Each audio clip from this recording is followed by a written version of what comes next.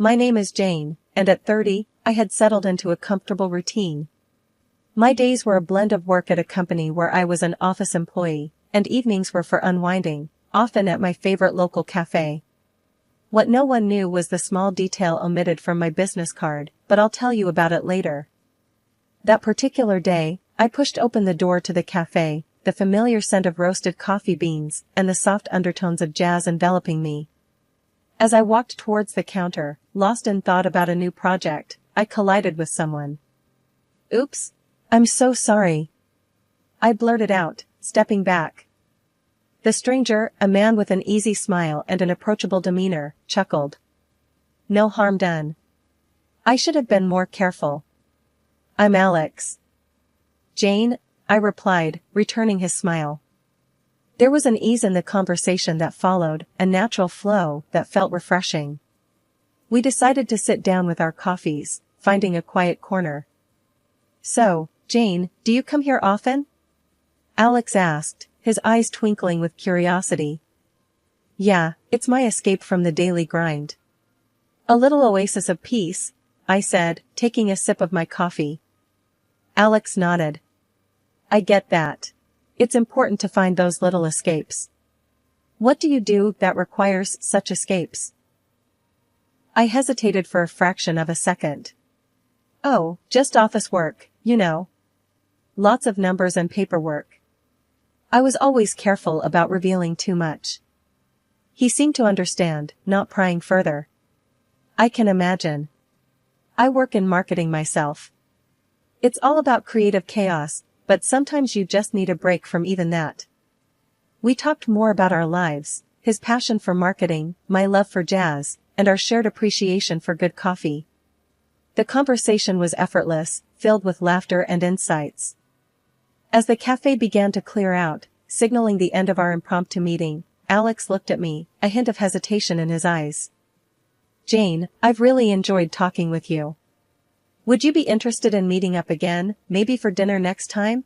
he asked, an earnest look on his face. I felt a flutter of excitement. "I'd like that, Alex. It's been great chatting with you."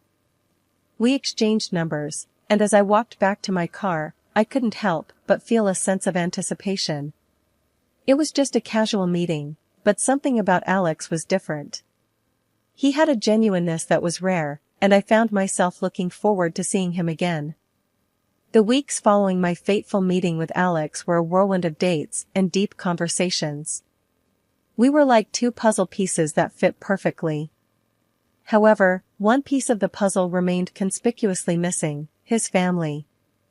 It was a topic Alex artfully dodged each time I brought it up.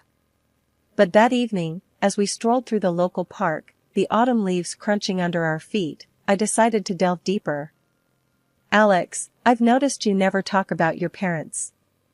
Is everything okay?" I asked gently, looking over at him. He let out a sigh, a sign that the topic was a heavy one. "Yeah, everything's fine. It's just, my parents are a bit difficult."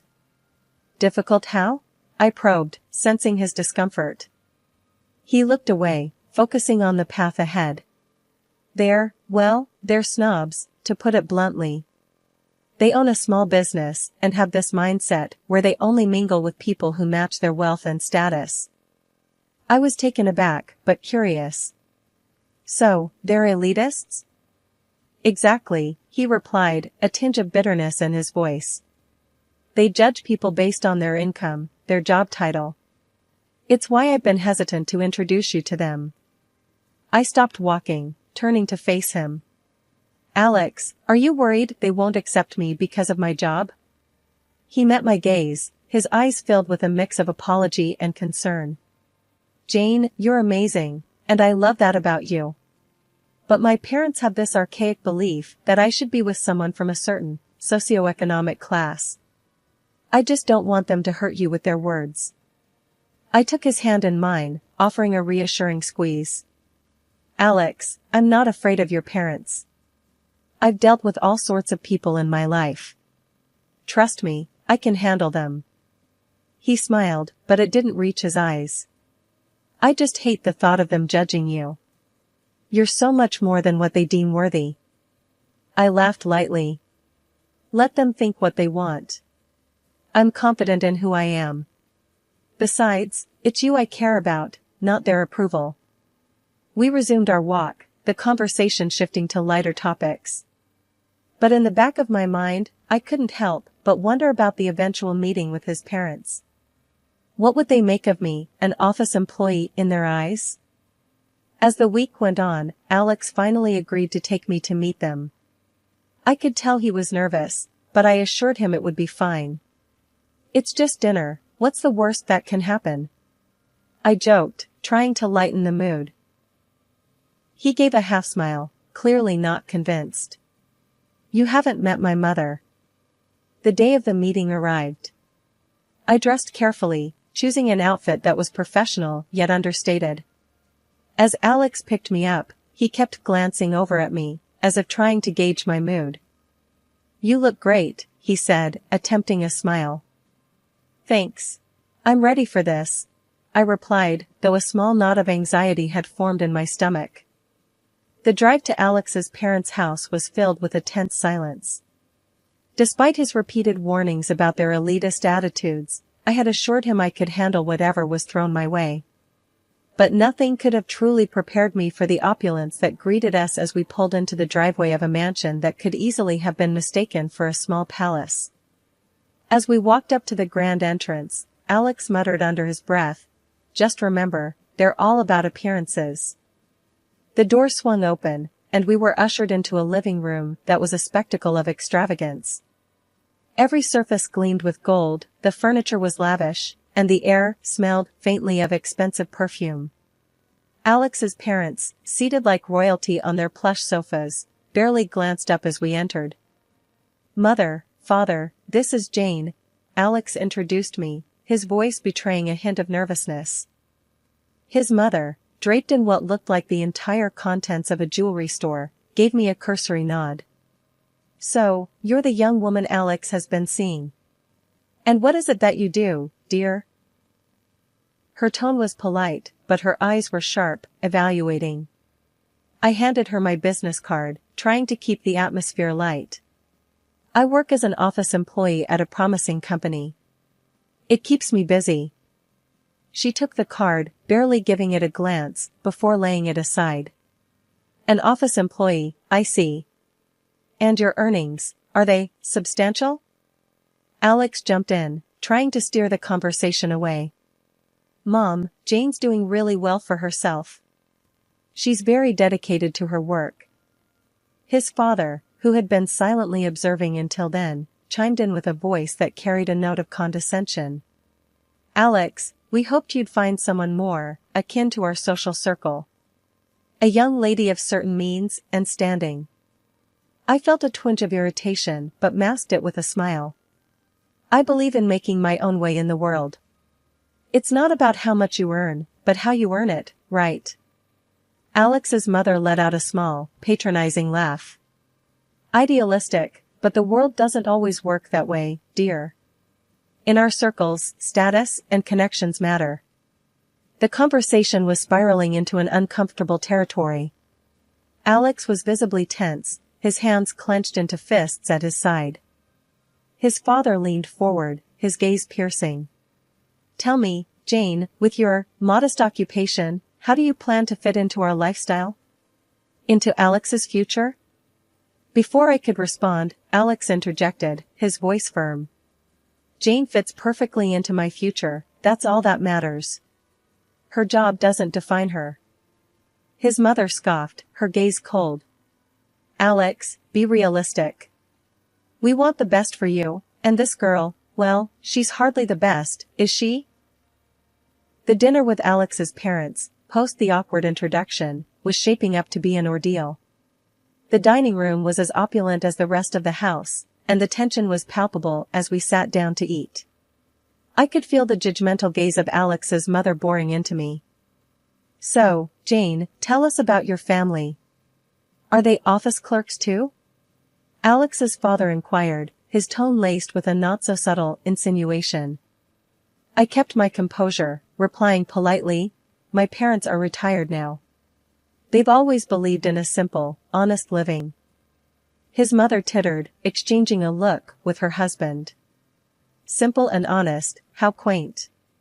But we were hoping Alex would marry into a more influential family. Alex, who had been growing increasingly uncomfortable, finally spoke up. Mom, Dad, I don't see why any of this matters. Jane is an amazing person. That's what counts. His mother's response was immediate and sharp. It matters, Alex. You can't just bring home anyone. There are standards. The conversation quickly escalated as Alex's parents began to openly question my suitability for their son. They made snide remarks about my job, my income, and my background. I tried to steer the conversation to more neutral topics, but Alex's mother was relentless. I just don't understand, Alex. With your background, you could have had your pick of eligible young women. Why settle for an office employee? Feeling a mix of anger and humiliation, I finally spoke up. I may not come from wealth, but I value hard work and integrity. Isn't that important? Alex's father scoffed. In our world, those are secondary. It's about maintaining a certain standard, a legacy. Alex reached for my hand under the table, giving it a reassuring squeeze. Jane doesn't need to come from money or status. She's accomplished in her own right. His mother's next move was entirely unexpected. In a sudden display of anger, she picked up her coffee cup and splashed its contents at me, staining my blouse. This is what we think of your accomplishments. I stood up, shocked and dripping with coffee. Alex was immediately at my side, his voice tinged with anger and disbelief. Mom, what the hell? I'm sorry, Jane. We're leaving right now, Alex said, his voice firm. As we walked out of the dining room, his mother's cold voice followed us. You're making a grave mistake, Alex. The drive back was quiet, the air filled with unspoken words and simmering anger. Alex kept apologizing, saying he should have never put me in that situation. It's not your fault, Alex, I reassured him, though inside, I felt a storm of emotions. I was angry, yes, but more than that, I was determined. Alex's parents had shown their true colors, and I wasn't going to let their archaic views of status and wealth define me or my relationship with Alex. After the distressing dinner with Alex's parents, I found myself sitting in my living room, still reeling from the events. The coffee stain on my blouse had dried, but the unpleasantness of the evening lingered. I knew there was only one person who could offer me the comfort and advice I needed, my mother. Picking up my phone, I dialed her number. As soon as she answered, I could hear the warmth in her voice, a soothing balm to my frayed nerves. Mom, it's Jane. I had the dinner with Alex's parents tonight, and it was a disaster, I said, my voice shaking slightly. Oh, sweetheart, what happened? Her concern was palpable, even through the phone. I took a deep breath and started recounting the evening in detail, from the moment we entered the opulent house, the condescending looks, the probing questions about my job, and the final humiliating incident with the coffee. As I spoke, my mother listened quietly, occasionally interjecting with a soft to show she was following. When I finished, there was a brief silence on her end. Jane, those people sound absolutely dreadful. I'm so sorry you had to go through that, she finally said, her voice laced with anger and sympathy. It was awful, Mom. They looked down on me the moment they saw my business card. They think I'm just an office employee, nothing more, I explained, feeling a lump form in my throat. There was a pause on the other end of the line. Do they know about your company? That you're not just an office employee? That your company's turnover is tens of millions of dollars? My mother's tone turned firm. Jane, you are a successful businesswoman, a self-made entrepreneur. You've worked hard to get where you are. Don't let their ignorance diminish your achievements. I sighed, leaning back on the couch. I know, Mom.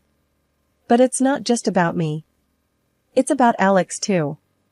I'm afraid this will put a strain on our relationship. Listen to me, Jane. If Alex truly loves you, he'll stand by you, regardless of his parents' opinions. And if he doesn't, then he's not worth it, she said, her words ringing with conviction. You're right, Mom. I shouldn't let them get to me. But part of me wants to show them who I really am, to prove them wrong, I admitted, feeling a flicker of defiance. And you will, in your own time and in your own way. Just remember, you're not doing it for them, you're doing it for yourself, she advised. We talked for a while longer, her words providing the comfort and reassurance I needed. By the time we ended the call, I felt a renewed sense of determination. Alex's parents might have their prejudices, but I wasn't going to let their narrow-mindedness dictate my life or my relationship with their son. I had faced challenges before and come out stronger. This was just another obstacle to overcome, and I was ready to face it head-on.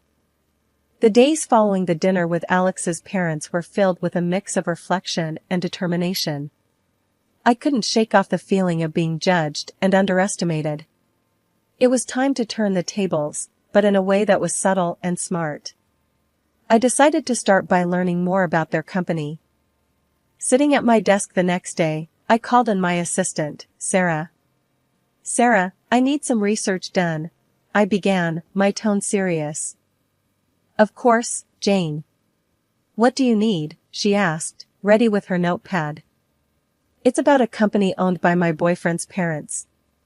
I need a detailed report on its financial health, assets, liabilities, everything, I instructed, handing her a piece of paper with the company's name. Sarah looked up, a hint of surprise in her eyes. Got it. I'll get on it right away. As Sarah got to work, I leaned back in my chair, my mind racing with possibilities. If their company was in as bad a shape as I suspected, there might be an opportunity to make a move, one that would put me in a position of power. A couple of days later, Sarah came back with the report. Her findings confirmed my suspicions. Alex's parents' company was teetering on the edge of bankruptcy. They had been masking their financial troubles with a facade of wealth. Looks like they'd been living beyond their means, I mused, scanning the report. Do you want to proceed with any actions? Sarah asked, watching me closely. Yes, start acquiring their debt. I want to gain control of their company, I said, a plan forming in my mind. Over the next few weeks, I worked meticulously, using my resources and connections to discreetly buy up the company's debt. As I gained more control, I could feel the gears of change turning. Finally, the day came when I had acquired enough to call a shareholders' meeting. I would confront Alex's parents on my terms, in a setting where they couldn't dismiss me as just an office employee. As I prepared for the meeting, I thought about what I would say, how I would reveal my identity. I wanted them to understand that underestimating someone based on their job title was a mistake, one that they were about to learn the hard way. Weeks of meticulous planning and maneuvering had led to this moment. As I sat in my office, finalizing the preparations for the upcoming shareholders' meeting, I felt a mix of anticipation and resolve. It was time to reveal the true extent of my influence over Alex's parents' company. The morning of the meeting, I arrived at the company's headquarters, a sleek building that exuded corporate power. Walking through the halls, I could feel the curious glances of the employees. In the boardroom, shareholders and key personnel were gathered, the air thick with tension and expectation. As I entered the room, I spotted Alex's parents among the attendees. Their expressions shifted from surprise to disbelief as they saw me. I took my place at the head of the table, my heart beating steadily. Alex's father was the first to break the silence. What is the meaning of this? Why are you here, Jane? I looked around the room, meeting the eyes of everyone present. Good morning. As some of you may already know, I am now the majority shareholder of this company. Over the past few weeks, I have acquired significant portions of its debt, giving me controlling interest. Murmurs filled the room as the weight of my words settled in. Alex's mother looked at me, her face a mix of anger and disbelief. This is outrageous. You can't just waltz in here and take over. I remained calm, my voice steady. Actually, I can. And I have. The company was on the brink of bankruptcy, and my actions have saved it from collapse. Alex's father stood up, red-faced and furious. You have no right to do this. This is our company, our life's work. I understand this is difficult for you, I said, empathizing despite their previous treatment of me. But this company needed saving, and I was in a position to do so. My intention is to turn this company around, not to dismantle it. The room fell silent, the reality of the situation sinking in. I continued, effective immediately, there will be changes in leadership. We need fresh perspectives and strategies to steer this company back to profitability. Alex's father bristled at my words. And what about me? What is my role in all this? I met his gaze, my decision clear. I'm afraid your role as the director is no longer tenable.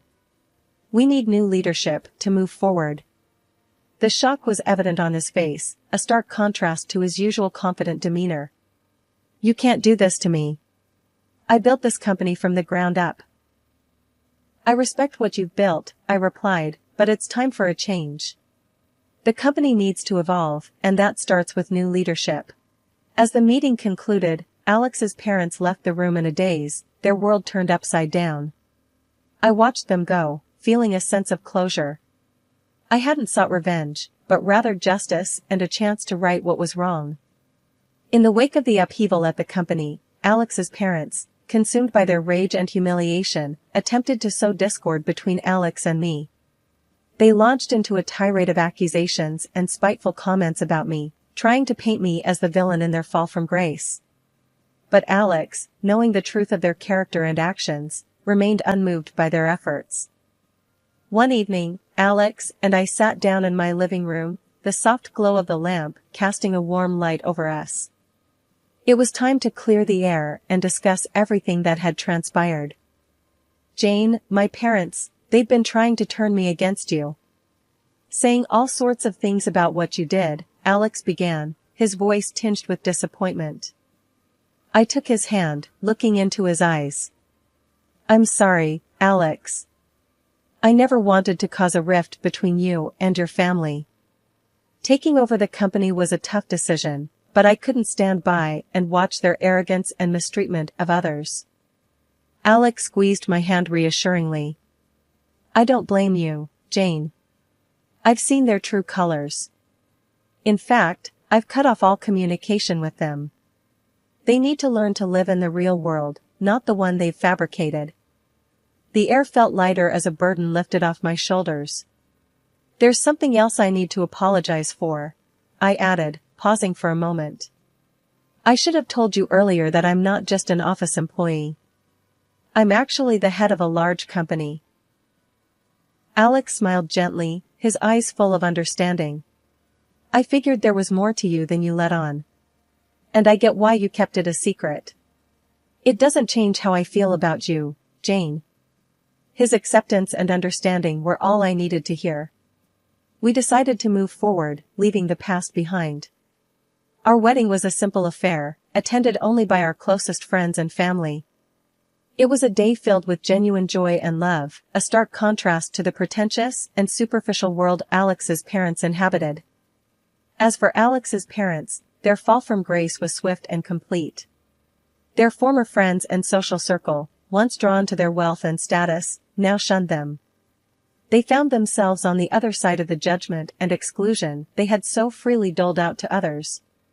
It was a bitter irony that they were now outcasts in the very society they had once ruled.